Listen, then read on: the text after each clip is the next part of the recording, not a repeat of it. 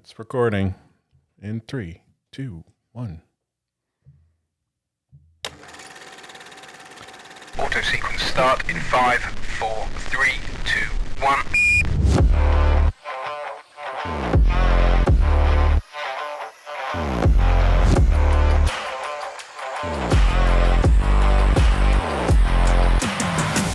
Well, hello there.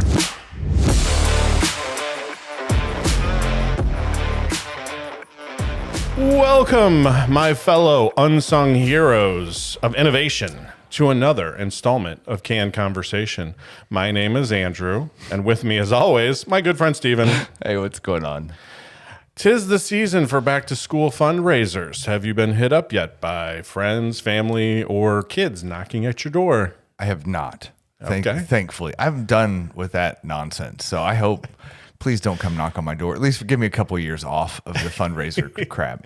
If they knock on the door and you look out and you see it's someone under 4 feet tall, I'm not answering. Nope. Yeah, unless it's Bobo's Pizza, and then we'll eat that. But what do you got out there? yeah, we're Is not it home. Bobo's? Nope. Get out. Not home. Sorry. This Yeah. is the Ring doorbell, by the way. Pre-canned speech. Yeah. So my kids were Girl Scouts, so we hit up people at Schnucks and all kinds of other places for a long time. So we've always been selling something. I know. I'm Same done, here. Done with it. And the reason I asked that question, the reason this whole thing came up was I got groceries and I had gotten some a bunch of meat that I was going to put in the deep freeze. And I came downstairs, opened it up, and I went, "Oh my gosh! I have these things that my daughter sold as a as a fundraiser trip fundraiser." Oh, yeah. And I don't know how long we've had them. I go, is this my failure as a parent that we have not delivered on these goods that people have purchased? Oh, these aren't even yours? No, these are mine. Oh. These are things that people need to get. They have failed. Now, I wasn't part of the buying and selling of the goods because I was like, Your logistics behind the distribution of part of this model failed completely?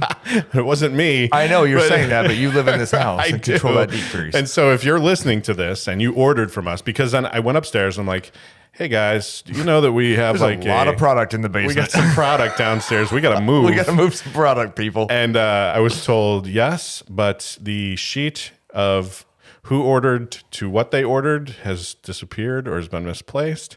And I'm like, I'm a failure as a parent. Oh. And so how do I get these? Like, you're just going to have to start calling people that bought these things. But this is now how, I have to expect them to remember it. It's like 4 or 5 months old. Yeah. 6 So if months? you've purchased anything from us, please let me know. I'll give it to you before you leave. If we purchased anything from you, consider that money a donation towards the betterment of your child, and that I don't want the product. Because we forgot. You would think that would help? I don't have any freezer space. You would think that would help, but if I have product for you, then I'm going to, and it's the last one, I'll be calling it, not me. Oh, yeah. You'll be going, Where does this I've got go? one left. Right. Anyway, so yeah, if anybody listening has bought anything from me, let me know. Not me, but my kid. Yeah, don't talk to you. Yeah, I was against it from the beginning. I'll stroke some of it. I don't know how much you're going to make from this, but anyway. How much money do you need? Let's just make this easy for everybody. And not that I'm made of money. I'm not. No, but I'm not Mr. Richie Rich here. But it wasn't like she was making thousands of dollars off this thing. All right. Oh, that's awesome. That caused me a need for a can. As is the reason for all of our fame and notoriety and the millions of people that listen to this show. One of us brings a new, unique, or rare canned beverage to try, and while we tip back and enjoy its contents, we will do our very best to entertain you with all of our thoughts, configurations about the world around us. Today is being about the things we take for granted that were mocked as lunacy when they first were proposed. Later in the show, we'll review and rate the canned beverage and let you know if you should try it while watching a person in front of you try and live Skype an EMT certification ceremony with their phone while their kids ruin the whole thing for everyone else by being little hellions. That seems super specific. It is. Okay. That happened in my life. Wow. The person that did the selling of goods for a fundraiser has moved on to and done an EMT certification, and we went to the certification ceremony. And really, I don't know why I expect people to be know how to adult. Right, normal humans. Right, or parent well. But this woman in front of us, I guess her husband or the father of the children, was getting said certificate. Well, they all sit in the front. So it's mom and 3 kids. But mom has to worry about, she has a big phablet. Yeah. And she is holding it up and Skyping and doesn't know how to mute because we are hearing all kinds of information coming back from, and I see the people on the Skype and I'm like, okay, this isn't the Hall of Fame ceremony. Right. Agree. And they only had them there. You have this many out of town people that really want to be the certification. And the kids took full advantage, because they're just running everywhere. Yeah. The rest of the entire hall of people, which, not crazy amount, but are just, gritting their teeth going, hey, I'm just trying to watch. I'm trying to watch my loved one get loved certified here. And there is a chaos going on in the corner. Sit in the back. Sit in the back. But don't Skype it. Just maybe record it. And then send it to your loved ones. Yeah. Just put it on a tripod and let it go. Yeah. So you don't have to be manning it. So you can watch your 3 offspring run amok. And make them sit for 5 minutes without yelling and screaming and playing tag right in front of everyone. Oh, jeez. But I digress. Right, there's some scar tissue. It is. Good. All right. What's are we getting to We're a can? We're going to get to a can here. Yeah, 20 minutes into the show, we're going to start. We're going to do what we do here. All right, so let's do this. Do this. For the last time, I'm pretty sure what's killing the crops is this Brondo stuff. The Brondo's got what plants crave. It's got electrolytes.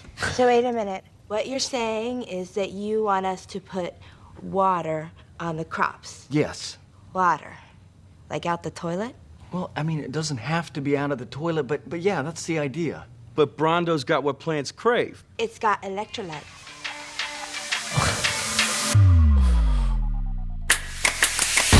What's that from?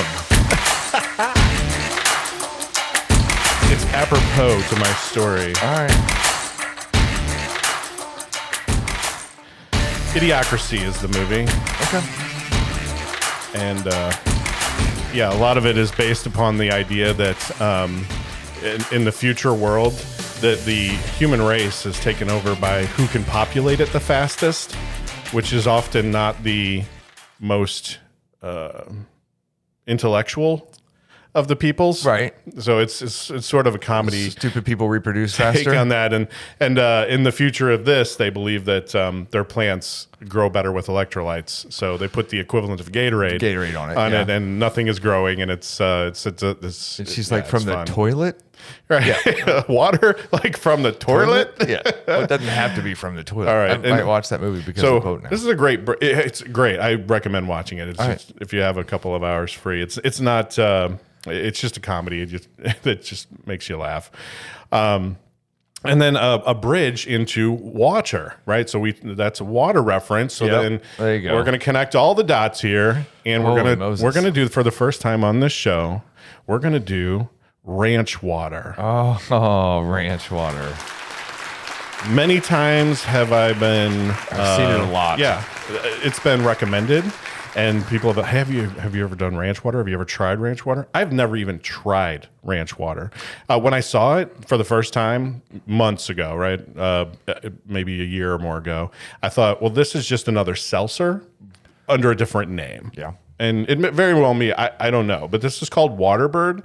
I picked this particular one because we're getting into bird season for hunting. Yeah. Dove season. The old swamp chickens are starting to be in season soon. So doves are a thing, and then we'll be getting into geese, probably early goose season. Yeah, teal start, and then we'll take a little hot break, and then in October it'll be on like Donkey Kong until December for duck hunting. And I know that you love that. So this has a picture of a duck-like silhouette almost on it. Duckish. The can is very simple. It's just blue and white. Just says WaterBird, premium distilled spirits, ranch water. This says it's premium Blanco tequila, sparkling water, real lime juice, and natural flavors. The sparkling water is where it's kind of interesting because that's where sometimes the aftertaste of the seltzers get me. So it'll be interesting to see. It is made in Charlottesville, Virginia. It is. It is 12 Florida ounces, and it's 5% alcohol by volume. And it has exactly count it, 1 gram of sugar. They call it out in big print. Right. 1 gram of sugar. And it says, "What's your beak?" What's your beak? On the back. Oh. And it's canned cocktails, handmade for your enjoyment. So, all right. That's made by hand. It was an artisan who crafted tequila this. and real lime juice. So here we go. This is my first foray into ranch water. Have you tried ranch water? I've had a ranch water flavor before because someone had it, and I go, I need it. I've seen these things tons and tons and tons and tons of times, and commercials for them, and walk by them in the grocery store, and never have picked one up. Right. And I'm like, I really want to try one. He's like, here, take it. So I tried an agave flavor of some sort, I think. Which is like tequila, right? Tequila is made with agave. So I Agreed. think tequila is agave flavored. Yes. Well, this was like, I don't know. It wasn't More this. agave? Yeah. It's extra. It probably had 2 grams of sugar. I don't know. Yeah, right. All right. Well, we're going to try this as if we're living on a ranch. Yep. And With the hunting birds. WaterBirds. Yep. While we talk to you about some fun goings on around us. So in the car the other day, or maybe at home, I don't know, as a father with a lot going on and work and all that stuff, some of the details get a little muddled. But I made an exclamation, and I'm sure you've done this before as well, where you say something in front of the kids and you feel real proud of something you've said. And you're like, hey, maybe the kids don't know this fun fact, and maybe they do, but I'm going to say it out loud. And then the kids go, that's not right. Or they question it immediately. Sure. Right? You're like, they get past a certain age, and I think it's a requirement. Yeah. Right? Everything's you're wrong first is Question the initial Dad, reaction. that cannot be right. And He doesn't know as much as I do. so I looked back in the car and I said, I believe they said that same thing to Copernicus when he made the outrageous claim that the Earth was not the center of the universe. And he turned out to be right. So that inspired me to go, kids, I'm going to tell you about some famous people. Some stuff. That they too, their kids thought that they were crazy. And not just their kids, but all of their peers. So what and you're all saying of the is media around them. Your kids don't recognize your Copernicusness. Yeah, they don't realize that I'm always right. Right. And then I'm probably light years ahead of where I should be. Exactly. Okay. I don't just say things for the fun of saying them, although sometimes I do. But I often... Which may be the part that's confusing to children. But I often note that, I'll go, oh, that's false. That's just me joking around. But the world wasn't really black and white before the 1950s. Right. But I think they understand what I'm trying. Maybe they don't, Mine who knows? don't. But then I'll go, I'm serious on this one, guys. Yeah. I say that too when I'm joking. Right. You take it to, Yeah, I need 3 I'm seriouses before they go, oh, maybe he's serious. My kid thrifted a Snap-on Tools shirt, and she's going to hate that I told this story, but we told it this weekend. She thrifted this Snap-on Tool shirt. I go, you know what that is? And she goes, I don't know. It's Snap-on. It's like a tool thing. I go, yeah, they're super racist, right? And she's like, what? Go Legos or something. No. So she talks to like her boyfriend's family, and she's like, she had to leave. She was wearing this shirt, and she's like, it's super racist. And she got super self-conscious about it. I'm like, that's a racist company, and here's why. And I made up nonsense about it, literally all nonsense. And she went directly over to their house and preached about how racist this company was to that whole family, and then never corrected it. She came home, and I go, I was kidding. I was messing with you.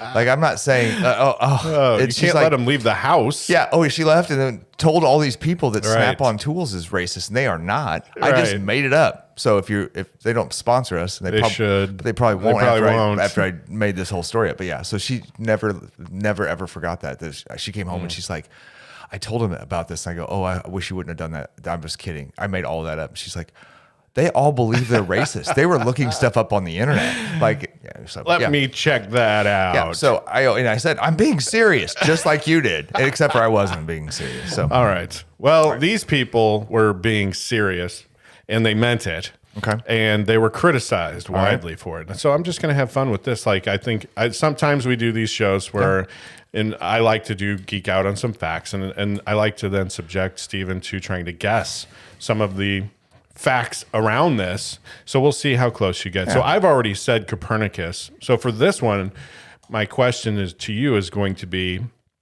when in human history, up till like how far back do you think it was new and enlightened that the world was not the center of the universe? And you can give me a century, and I'll take it. That's 100 years. You have. How far back? The universe, the Earth was not the center of the universe, Right, like when did Copernicus make this? And not to mention, he's not the only one that did this at the time, but he's sort of the more famous one because he was fairly early on. It then took a little bit for it to set in with some people. So let me just, while you're thinking, 1460. So the 15th century. Yeah. No, you're one off, but close. 16th century. It took us till that long. So until then, heliocentrism was the theory that the Earth was the center, and that the sun revolved around us, along with anything else in the sky, because they didn't know what else. There's just bright whatever's lights, out there. twinkly things. Yeah. And he was like, I really think if I look at it right, I don't think that's correct. And so, he put that out there, and he was banned. As with a lot of things, he put this out there, and people were like, no. This was in February of 1616. Copernicism was banned. And so Galileo, who followed him up, he then reintroduced it. He was like, hey, that guy Copernicus kind of had something going He knew here. what he was talking about. And this is really a thing that happened. And then he sort of got banned. People didn't like him. And by people, I mean like religion. Yeah. And so the church did not like them. So this is like a double dipper, because in 1633 Galileo was convicted of heresy for this for saying this, and he spent the rest of his life in house arrest. Isn't that weird? Like that was like you couldn't say like just a theory. Like, right. I believe all of you people are wrong, and I believe that horses are actually cows. And people go, that's heresy, right? Like You're banned. You can't have, you're banned. You're banned. You got to stay in your house for the rest of your life. Yeah. And you can't leave, and you can't talk to anyone, because you could spread these crazy lies. Right. And you know what that'll do when you spread those crazy lies? Nothing. Because there's no social media. No one else will know. Right. Only the township around you will know. So, oh man, it's kind of crazy. And by the way, just to let you know how long it takes religion to kind of come around sometimes, the Vatican didn't apologize or pardon Galileo until 1992. Oh. Yeah, we were alive when that happened. Well, that's kind of late. Really late. I mean, like that's real late. All right. This is actually a triple dipper. Italian philosopher Giordano Bruno said the universe doesn't even have a center, and that all stars are their own suns and their own planets, and there are planets out there with moons surrounding them. He was burned alive as a heretic. I bet he would have taken house arrest in Probably a minute, would though, have. Probably would have. if that was an option. I mean, but how for granted again, we take this, and 3 people's lives were ruined. One of them got burned at the stake for it. Which is brutal. Yeah. Like you should probably just have gotten a different lawyer. Exactly. Plea bargained out. So let me say, do you want me to throw you a name and what they took for granted, and you maybe guess the time frame? Yeah, I think that's an easier one than me trying to guess a name. I was going to say some of these names might. I might kind of mix it up a little bit for you. All right, you do whatever But you this wanna one, do. I don't think you're going to know the name. John Snow, who is a very popular character in the Yeah, I'm fairly certain he's on a Game of series Thrones. I've never seen. Huge. No, but in real life, There was a Jon Snow. there was a Jon Snow, All right. who lived a while back. I won't tell you. I'm going to kind of give you, and I want you to guess at the time frame, along with our listeners, because that's what makes this fun. Right. He discovered how cholera was being spread in England. He theorized that the infectious disease was caused by the contamination of water. Okay. But the accepted explanation at the time was that people were breathing bad vapors. They thought that it was bad air wherever you were. So there was a situation. It's called the London's Broad Street pump outbreak, if you've ever heard of that. Cholera Very outbreak. familiar It with killed 500 people. Like all this, it was just there was one section of town. Everyone All these people start dying.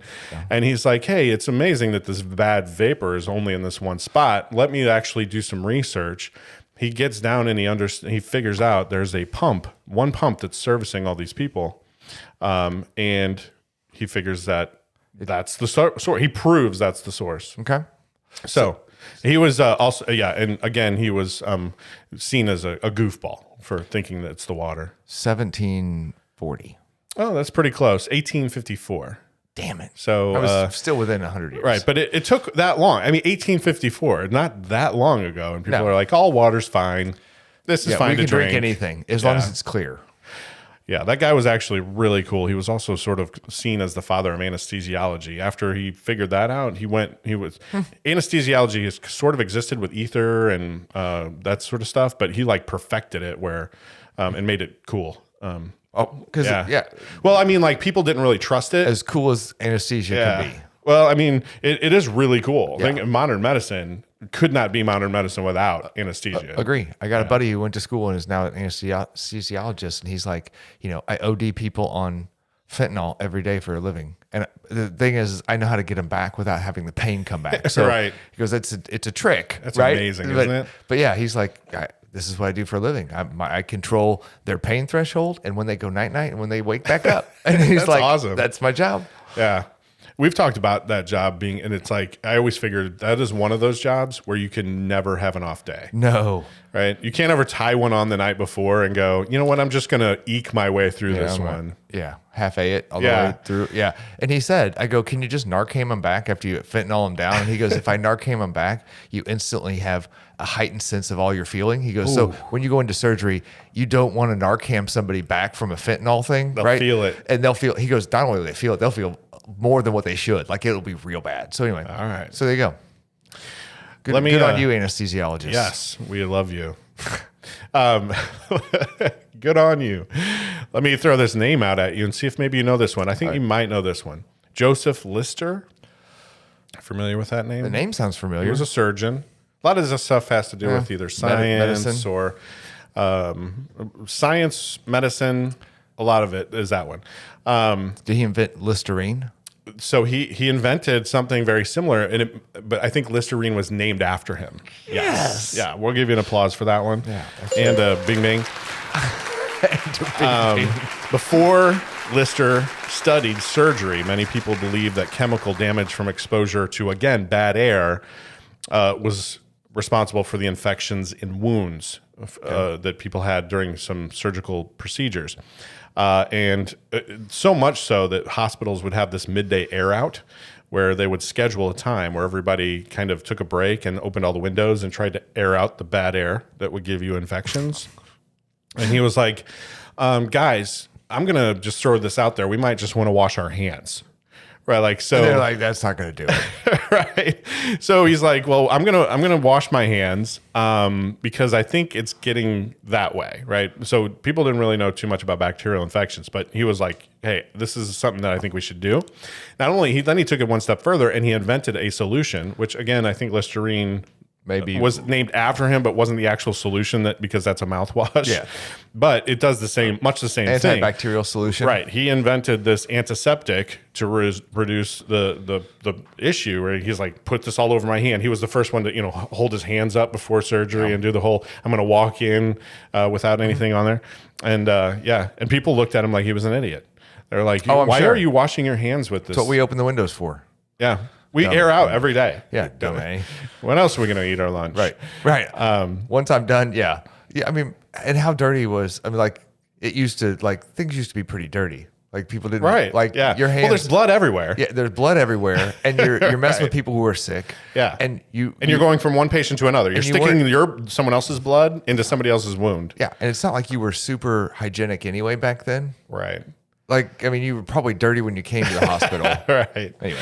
But his ideas were so condensed. I mean, it was put into a medical journal called The Lancet. They published a warning against washing your hands and using an antiseptic solution ahead of surgery. What the hell? Yeah. Come on, people. Another double dipper. There was a Hungarian doctor, Ignaz Semmelweis. I'm probably not saying that too correct, but he entered an asylum and lost his life, a broken man at the age of 47, because he proposed that doctors might want to wash their hands before delivering babies. He lowered when they started doing it, the mortality rate dropped by 80% or something stupid. Yeah, makes sense. Right. All right. That's brutal. Where are we at here? All right. At some point, I'm going to stop and rate this beer, but we'll do another one. Yeah. Alfred Wagner. The Wagner. I know I'm saying that one wrong, but I wanted to say these right. Like Wagner, Wegner. Wagner. Wagoneer? So he was one of the first people to say, hey, if I look at the globe, my idea is that at one point, all these land masses connected together. Panacea? Is that what his thought was? Pangea. What's Yes. Panacea? Penicillin is No, something there's about it. Panacea something. Pangea is what I was Right, thinking of. Pangea. So he had that theory first?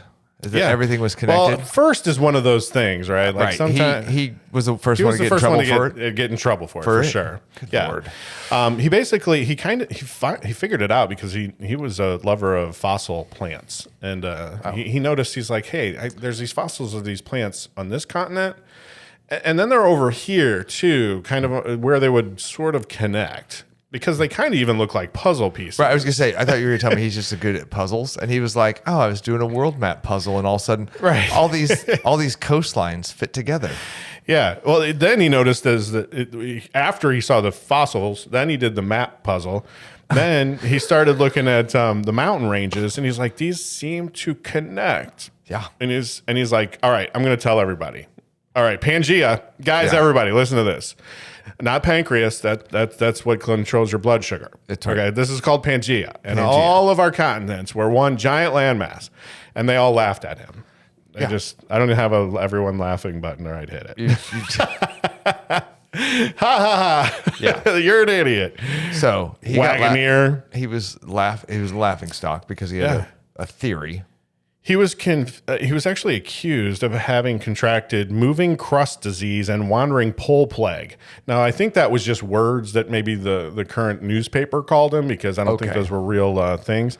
His work was dismissed as delirious ravings. Wandering pole plague. Right, wandering pole plague. Because I guess he had mentioned that the poles at some point had wandered down to the ends.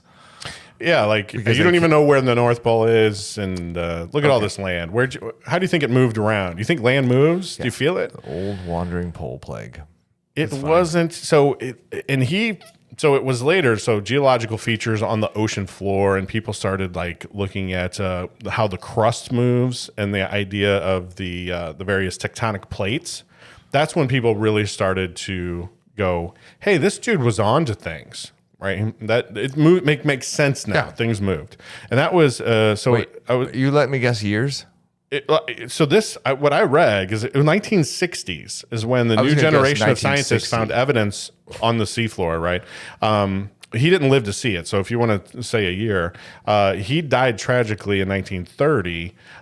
So that'll kind of help you. Yeah, it's like 18. But that was in 1930 that he died. Before 1960, when people were like, I think he's on to something. I would have never, ever guessed that it was that recent. Right.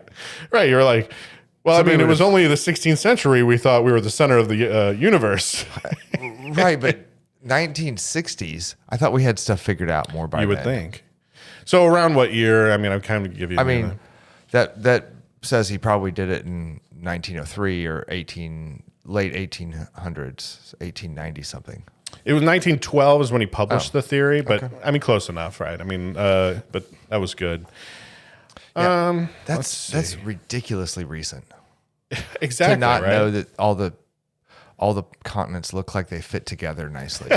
You're right. I don't know what the globes necessarily, or if they even made globes, around that. Is globes a newer kind of idea, or Well, they had maps. They had maps, but they were flat. They still kind of look like they could go together. Even when they're flat, you can kind of go. Africa and South America really kind of go together. This is a triangle, and there's a little poke out part here, and there's a poke in part on the other side, and it's an opposite side triangle, and you're like, those things should fit together. It makes a lot of sense. It does. All right. I'm with him. This one I threw in here because I do find it interesting, and if you didn't know this already, that Albert Einstein was sort of mocked for a while. because a lot of people go, equate Einstein as being one of the genius, but most genius people to ever live, and so prolific in his findings. But before he was able to actually test and confirm a lot of his stuff, which happened in 1919, he was sort of, kind of an outcast of that society. His hair didn't help. You got hair like that, people aren't taking you serious. Right. You're an idiot. Yeah. You don't comb your hair. You look like you got electrocuted, and you're spouting off nonsense. You have a weird accent. I think it's Austrian or something, but we can't even understand half the stuff you say. And then, So it's probably his fault. right. MK2. Right. MK, what? Go away. Yeah, and then in I'm done with 1919, there was a solar eclipse, and he was able to Prove out his prove stuff. out some of the relativity of light and how it bends. And then they were like, oh, Yeah. oh, we Now were you're a dumb. genius. We were dumb. You're a genius. Everything you say is gold. We will bow and thank you for all of your accomplishments. All right. So what do you think so far? Just like me, like these are people that are just like me in the you, car trying to talk. spouting off futuristic nonsense that no one believes. Right. All right. Yeah. See? Yeah. Like this was my point to my children, Yeah. right? You're sitting in the car with Copernicus, and you won't even. Your grandchildren may grow to appreciate how smart I am. Exactly. You will never know. And we're gonna get after we rate the canned beverage here that we're going to even get into a little bit more space stuff with some people. It's pretty fun, at least it is to me. So hopefully you hang with us. If you were interested in the ranch water, now we've taken several good gulps of this. I know I'm about halfway done. I'm to this blue line that cuts the can in half. So I'll start. And this, by the way, is made with real premium vodka. I forgot to mention that it is clearly labeled as that as well. So it's not fake. It's not malted beverage, and it is really good. It doesn't have the aftertaste. Although it says tequila. Did you mean that? What did I say? Vodka. I meant tequila. I said vodka out loud. Yeah. All right, I'm going to have to So I looked at it, rewind the I'm like, tape. I am pretty certain this is not. Hold on, let's cut this in post. Hold on, take a pause. Here we go. All right. This is made with real premium Blanco tequila. as I mentioned, and it's on the can, labeled correctly, and just having trouble reading apparently today. This is really good. This is what I would call the better seltzer. I'm glad I tried it. I don't taste the funky aftertaste that I do with a lot of the seltzers. So I guess they just used the soda water that doesn't have like tonic or have that whatever that ingredient is. That makes it taste somebody like a knows battery. that. Yeah. Energizer. Yeah. So it's refreshing. It's not overly powerful in the. It's only 5% too. Yeah, I meant in the taste too. Gotcha. Like when I'm taking. I'm not getting a ton of lime, or I'm not getting a ton of other flavorings. It's just nice. I get a hint of the tequila. I get a hint of the lime. I get a hint of the bubbly water, which is kind of like a Sprite, Yeah. but less sugary, which obviously 1 gram of sugar. So it's not even overly sugary. So it's just a really nice, mellow taste and refreshing. All right. So I'm going to go with I'm going to go with a 4 because I'm going to probably choose ranch water over like any other of the seltzers and stuff. And seltzers are so huge, right? There's like 1,000 of them out every there. company makes them now. So instead of doing maybe a seltzer where, we've had 1 or 2 that we liked, Yeah, there's some out there. but there's a lot that we don't. Yeah. So in that case where maybe I'm going to go, I want something refreshing like this, I'm going to choose ranch water over choosing one of those seltzers. All right. I'm going to make mine short and sweet. 1 gram of sugar. You lost me at 1 gram of sugar. That makes sense. I am a 2. I will probably not seek this out, not put it on rotation. It just isn't it. I need flavor. I need some more sweetness. There's a little bit of bitter to me. It's the lime. I mean, I need something to balance that a little better, and it should be more sugar. That's its problem. I would say it's a little. Are you thinking tart as opposed to bitter? Because I am not tasting any bitter, but there is a bit of tartness. It is tart. Yeah. It is like drinking, to me, club soda with a splash of lime in it. Okay. So I need something else there. At least my palate says Okay. something missing, like sugar. Maybe I haven't gotten Like down sugar. to I haven't gotten down But, to the part with for the one. beers, which is interesting because beers we don't like sugary. Right. We like it. It's a Yeah. good flavor of beer. But you're right. This is super light, right? Like it's a fun summery type Right. thing. I want it to if I'm gonna have a cocktail, I want it to be a foo cocktail. Like I want it to be like taste like Right. pineapples and Okay. mangoes and I'm gonna put an umbrella in it and call it a day and sit on a beach somewhere. Right. This is not that. You're like, if I want to be refreshed and hydrated, I'll drink water. Right. Yes. What do you rank water, by the way? I'm Is gonna that- drink suburban water versus ranch water. Oh, that's funny. So All right. that's where I'm at. I'm a 2. I was like, oh my God, you're gonna go 4. I think it's because if Because every other seltzer you've had is not there yet, and this is yeah, this is I at think least we've better rated than that. one other seltzer. Like I know we did the We did the sparkler or bomb pop. right, the bomb pop, and because that was really the flavor Hands. was a good nostalgic flavor on that, and it's one of the better seltzers. So I'm like, is. if I'm gonna rate a seltzer something that I'm gonna pick up, if we're like, hey, it's seltzer night, okay, well I'm gonna choose that one. Yep. And we've done high noons. Yeah. I think those are kind of seltzery, right? And then True, but I what's interesting about those, we didn't get the seltzer aftertaste. agree. So I think there's a couple out there, but we've tried a lot of bad ones. Like I've tried a lot of bad seltzers. Right. Every Right. company made them. We bought Right. one of everything. And people always want you to taste the newest one. Yeah, and they're horrible. Right. Oh, They all now taste the here's a same. Truly. Yeah. Here's a White Claw. Here's a anyone who now can make one. Yeah, everyone has a seltzer. Right. And they're all like, "Oh, we got the crazier flavors." It doesn't matter; they all taste like eating a battery. Like, I'm not going to eat a battery with strawberry, nor am I going to eat it with mango punch, right, or whatever. So, yeah. All right. That's where we ended. Sorry, a 4 and a 2. That's great though.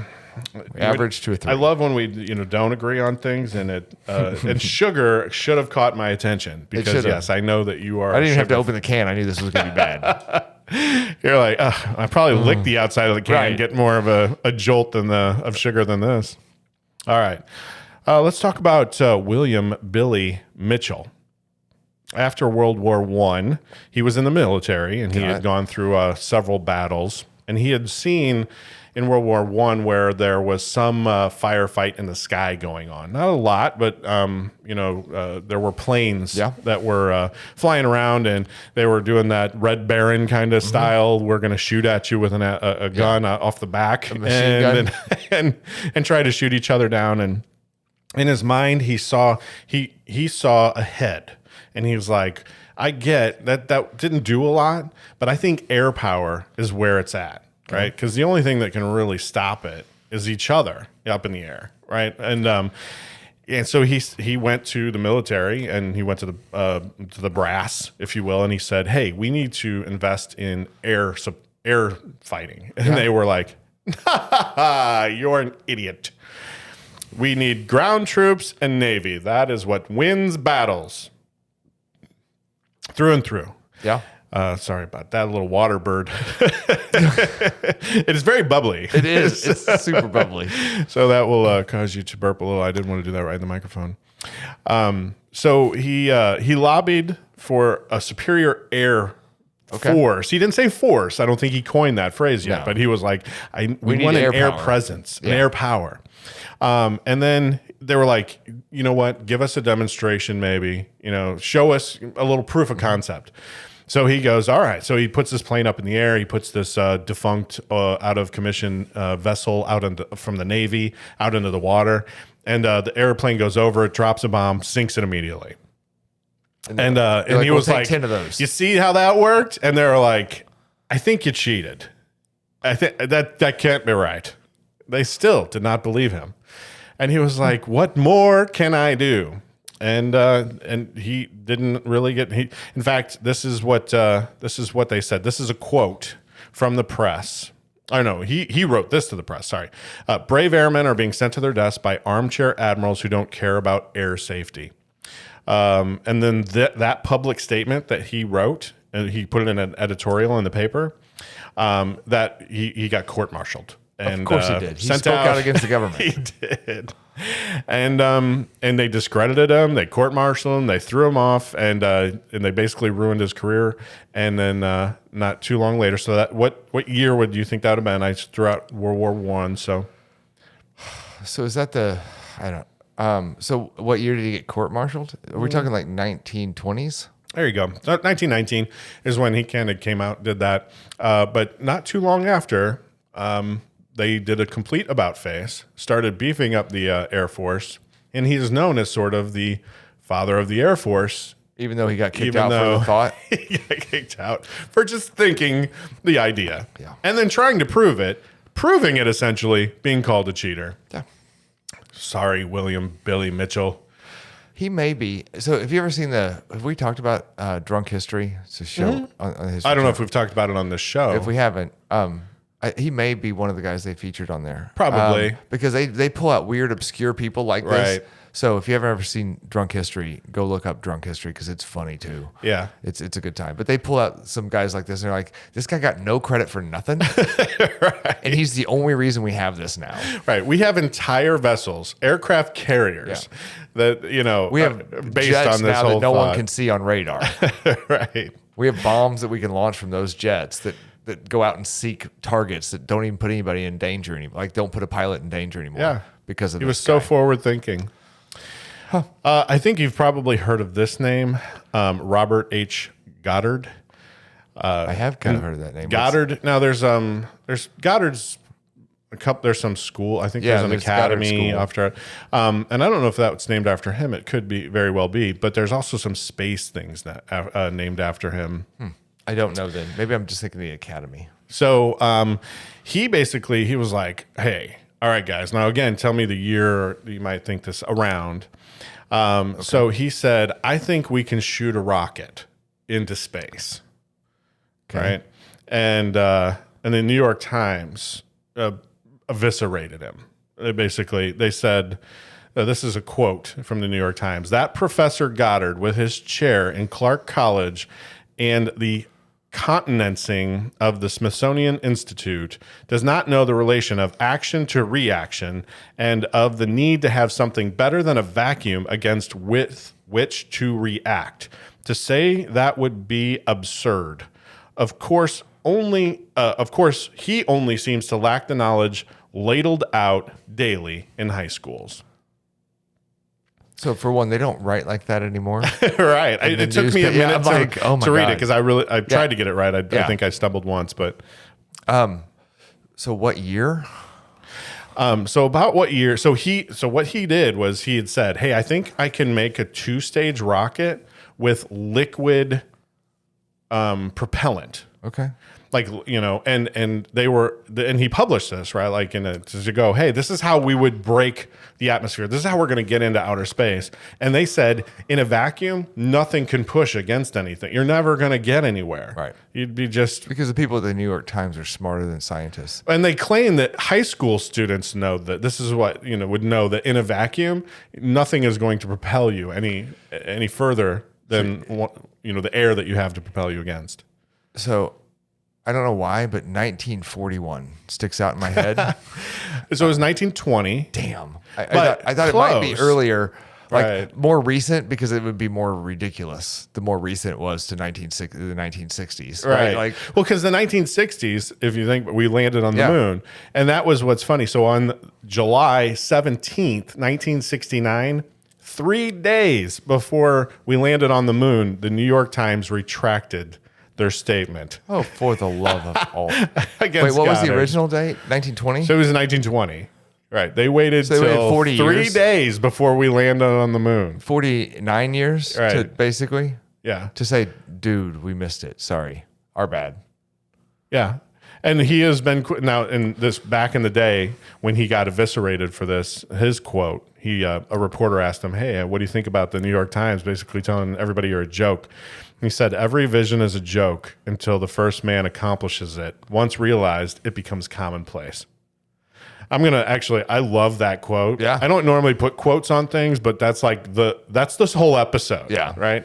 That every vision is a joke. Yep. Until once it gets accomplished, then you take it for granted. Yeah. And I don't know about you, but like at least for me, I feel like throughout my career in life, I've thought of things or done things and they just didn't work. And then like 4 or 5 years later, I watched somebody else pick it up and go do it. And you go, what the hell? Like you were thinking you had the problem solved before people were ready to hear the solution. Right. And until they're ready to hear the solution, the right solve or the right solution looks stupid as heck. Until someone's ready to listen to it, and then all of a sudden it becomes the most genius idea that I've ever seen. So I had one of these, sort of. And my wife likes to claim that I invented this, or I had the first. I did not have the first of these thoughts, but while I was in college, I had to write a business case for one of my business classes. And they were like, come up with something, and then present it as a business case and how you would fund it and why you think it would make money.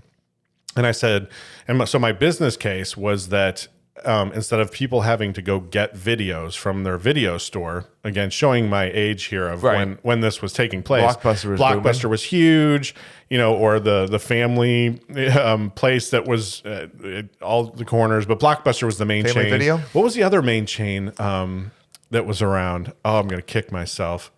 There was another chain that sprung up after Blockbuster. And then, like, if you had too many late fees at Blockbuster, you just go to the other place. You'd go to the other one. And Family Video was around. That was sort of the more local one. It felt like you would go, and it wasn't. I'm from a small town, so all of our theater started releasing movies on video, like that you could rent. So it was like our we went to like our equivalent of AMC, right? And they're like, oh, and we also have a video rental business, and then they had another like Blockbustery place up on the square, But yeah, so there's bunches of those.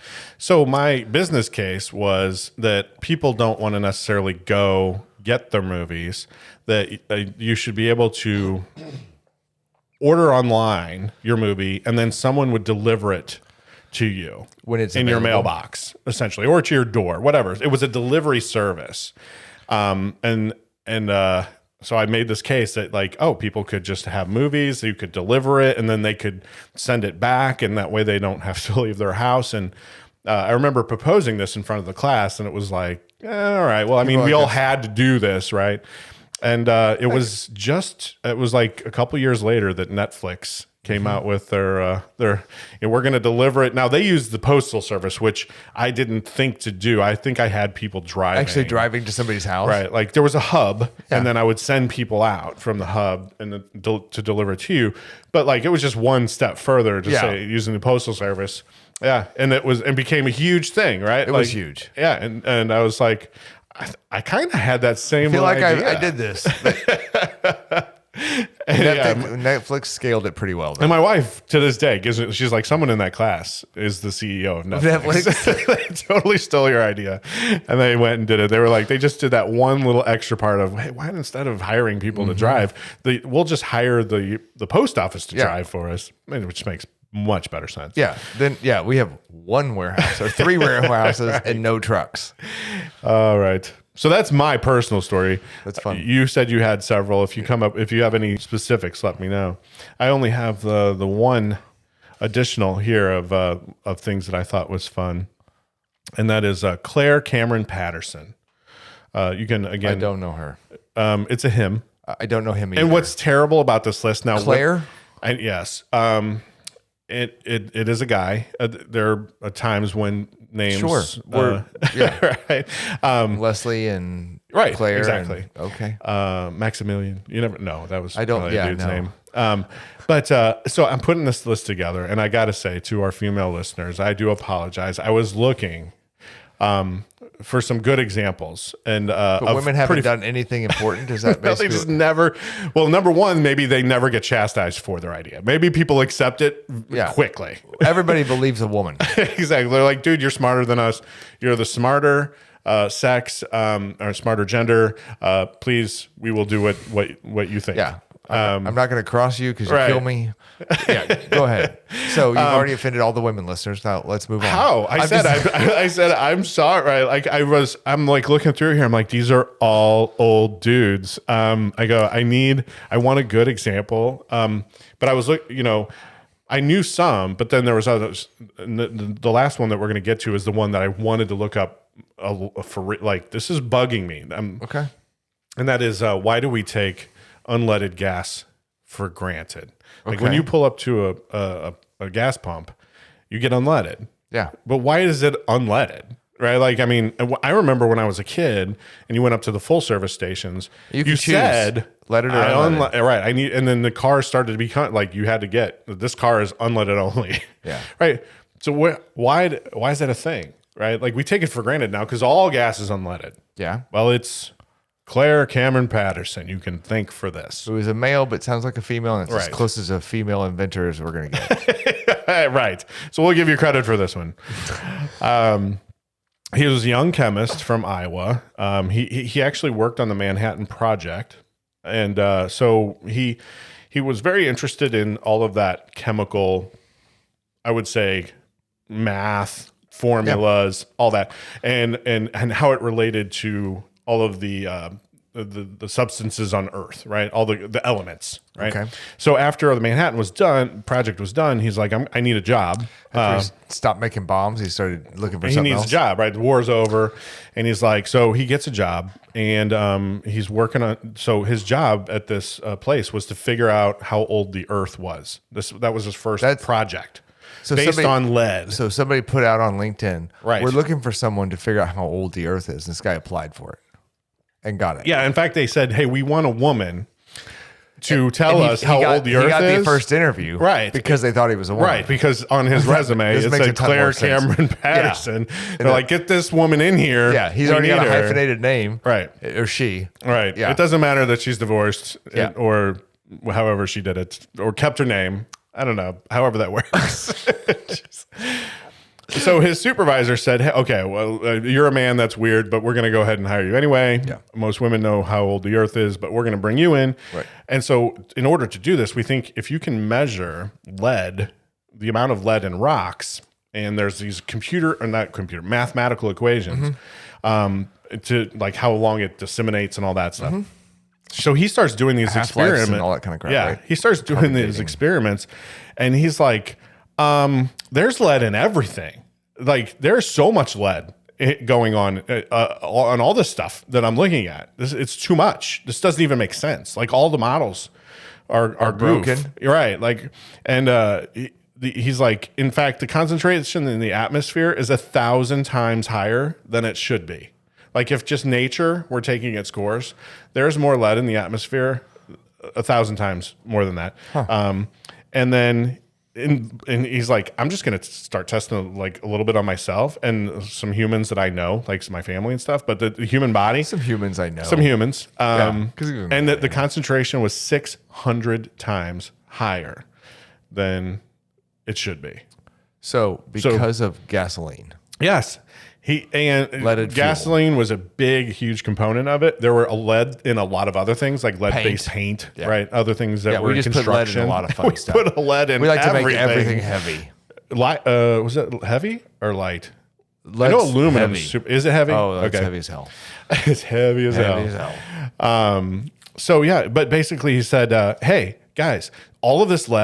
is driving us crazy because you've heard like the Mad Hatter disease. It was because lead was in a lot in hat making. Yeah, haberdashery. And so lead is proven right to lower IQs, do all this stuff about it. Just makes us dumber, stupider, much more stupider.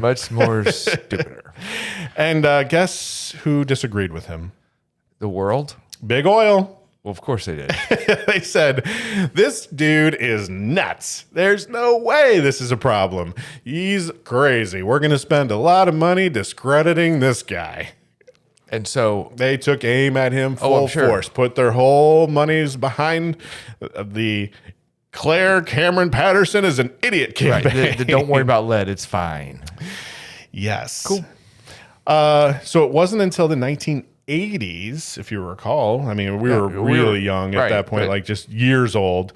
But this was in the 1980s that they go, yeah, this seems bad. We should start doing this. And they started making the changes. They, you can't buy lead paint anymore. Right. And we remove it from places now. Yeah. Like asbestos. Right. Asbestos. Asbestos. I always said asbestos, and then people say asbestos, Asbestos. and I on don't commercials, and I'm like, that sounds Well, legit. yeah. I mean, Yeah, it's a lawyer saying it So because I when- get mesothelioma. exactly. So when do you think the year was that he made this preposterous theory?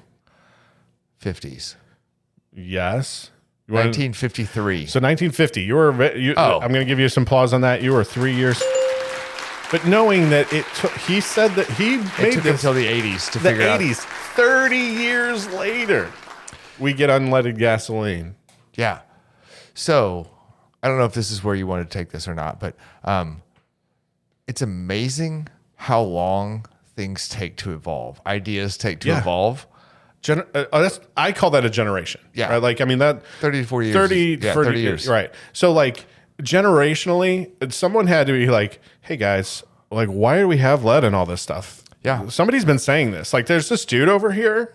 I mean, I think he was a girl, but I mean, because of Yeah. his name, but he's really a dude. But that doesn't matter. It shouldn't matter. He's all jacked up on this lead thing. Right. He was on the Manhattan Project. I mean, the dude he's- knows his stuff. It's not stupid.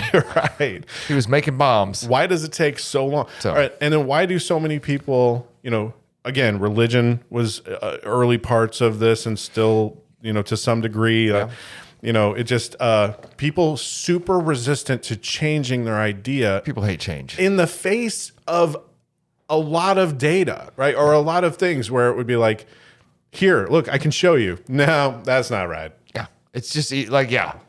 So what do you think? I mean, realistically, we're sitting in the 2020s, and people are like, that's nonsense. People are talking about nonsense stuff now. And so in 10 years from now, so that gap gets smaller and smaller, right? So the last gap we talked about for oil or for unleaded was 30 years. Right. As opposed to 50 or 60 years for some of the other stuff, or 100 years or 200 years for some of the other stuff. And you're like, good Lord, it took people a long time to figure this out. I kept thinking of the graph that you showed me about, how Population the and- population growth and how long and all that. And I was like, the amount of line that was there before someone said we're not the center of the universe Yeah. is compared to how much after it. It's minuscule, right? Like our understanding of the universe is so super young. Yeah. Yeah. compared to us. Yeah. And we like to pretend like we know a lot of stuff. Right. But we like have been bamboozled by stuff for Right. not even like 100 or 200 years ago. The 60s, the 70s, right. the 80s. I mean, like when HIV came around in the 80s, there was craziness going on. And they're like, yeah, Right. now it's like not a thing almost, like we can, like, We have a lot of medication. But like all the nonsense that went on with that, and like how it spread, and like shunning and all kinds of craziness. But like, so we get wrapped up in things and don't know anything about it.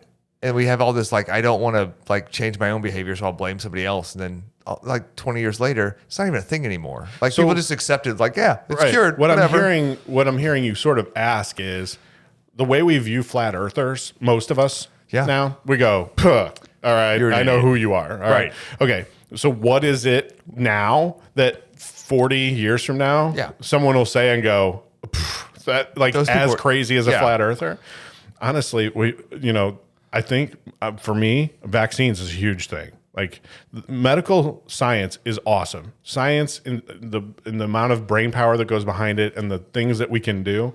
I think like in less than 100 years, I think no one's going to be saying vaccines are bad or cause some sort of thing that I don't know. I could be wrong on that, but that's one of those things. I think it's less I than didn't that. want to go off on that. I'm Yeah, not no, going no. off on that tangent, but like just thinking, But I from go, a- that's one thing. I would just categorize it as modern medicine makes like Huge advances. multi-fold advances every Right. decade, right? Like it used to be every 20 years we'd kind of turn a page. Now it's then it was every 10, then it's every 5, and now it's like Right. the way that technology advances things and the way they can analyze and mutate things and do all that crap with viruses. They can do all kinds of things with vaccines now they couldn't. And like I don't think it's 100 years. I think you get a generation out past this crazy population we have now that's like it's divided and people are like, oh, you're trying to control my mind with the government stuff or whatever. I honestly thought of you too when I was, because again, forward thinking, our whole episode on going green. I mean, 80 years from now, someone might go, solar panels were the dumbest thing. Yeah, agree. But that's why I was asking you. I'm or like, those are you giant windmills, I don't know. But, to that end, I think at least, we can make progression on that. It's the thing that is completely wrong that I'm curious about, right? Like it's just completely wrong. Yeah. Not even just, well, we'll evolve it over time, but something that someone goes, oh, X is this. And you're like, that's wrong. And in 20 years, that's completely right. Yep. Yeah. But the thing is if you can name that, you could be a millionaire because you could invest in the company that's in. That's why I asked you, because then I was hopefully going to steal that and go make some money. Exactly. Yeah. No. Yeah. So that's it. When people get really up on their high horse and they're like, I know the answer and it's this, and you go, shut up. Everyone before you has known the answer too, and then they turned out to be wrong half the time. Like if you'd have gone, I could cure AIDS in the 80s, people would have called you a lunatic. This is, but you can't. You do now, right? Like if you could told me we're going to be on the moon in the 40s, people would have called you a lunatic. Right. We were 20 years later, right? Like, so those kind of things would just there's stuff going on right now that in 20 years people are going to go like, those people were dumb.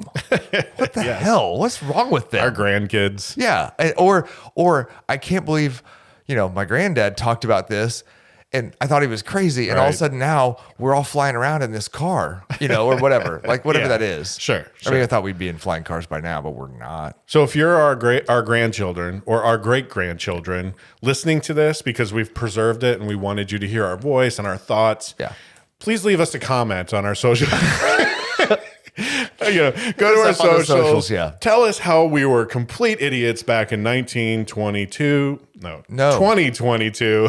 Sorry. I get all excited. Oh, yeah. This ranch water, it's got me all hopped up on this tequila. Just remember, we vodka. only made decisions based on the information we had at the time. Right. And we don't hate change as much as we probably look like we do. That's my message for you. I don't hate change at all. I love change. I don't like physical change. I just think we should get rid of the penny, like Canada. But otherwise, it'll be gone by the time you're in 20 years. I can't wait to hear money. Our grandchildren's thoughts on the penny. Right. So go out, leave us a comment, say, Granddad, this is how you're crazy. Yeah. And ranch water is not a thing, or maybe still is a thing. It won't be a thing by then. It's not that great. They're going to have to add sugar. Sorry, ranch water, but more grams. All right. How are you feeling about it? We're good? I think we're good. All right. We are going to, this episode, we are taping under interesting circumstances. If you've hung around through us till the end, we are, because of work and life situations, we're pre-recording some things. So this will be coming out just after football starts, I think. But hopefully our doing this will create a non-gap situation. So our next live show should maybe be in mid-September. Yeah. We'll let people know, because I think live show has been fun. People have been jumping on, leaving comments and participating. We're not neglecting or stopping that just for the people that like conflicts. Yep. We just so we're gonna pick an open Thursday that we have for us about mid-September, and then we'll have fun back again doing it live. Absolutely. And if you're coming to us for the first time, we appreciate you listening, and leave us some feedback if you have any thoughts, any topics you want us to cover, or any alcohol that you want us to, any canned beverages you want us to take part in. If you came from Frigate Chaser, because those guys at Frigate Chaser have been promoting the crap out of this podcast, and I love them for that. So thanks, Grant. Go check out Frigate Chaser stuff too. They have, I went on a sailing trip with Grant, a couple weekends ago. It was a blast. He taped the whole thing, so that episode's going to come out at some point, I'm sure. But where was I? It was spontaneous. Spontaneous. Spontaneous. I would have gone. Next time you go on a sailing trip, bring me. I want to go with Frigate Chaser. Yeah. And Grant, invite me. All right. Maybe. I don't want to invite myself. That sounds he's weird. like, anybody wants to come sail. I'll bring some ranch water. So we went out and sailed. I got to drive the boat. It was awesome. So if you haven't checked out Frigate Chaser stuff, they do stuff in the Keys. We went to the Bahamas with them, and then he also is learning how to sail, which he's also wanting to sail down in the Keys and take the boat down there. So awesome. That'll be dope. But anyway, if you're interested in boats and sailing and fun video, because he's got a drone, check them out too. So cool. All right. We good? I think so. Thank you.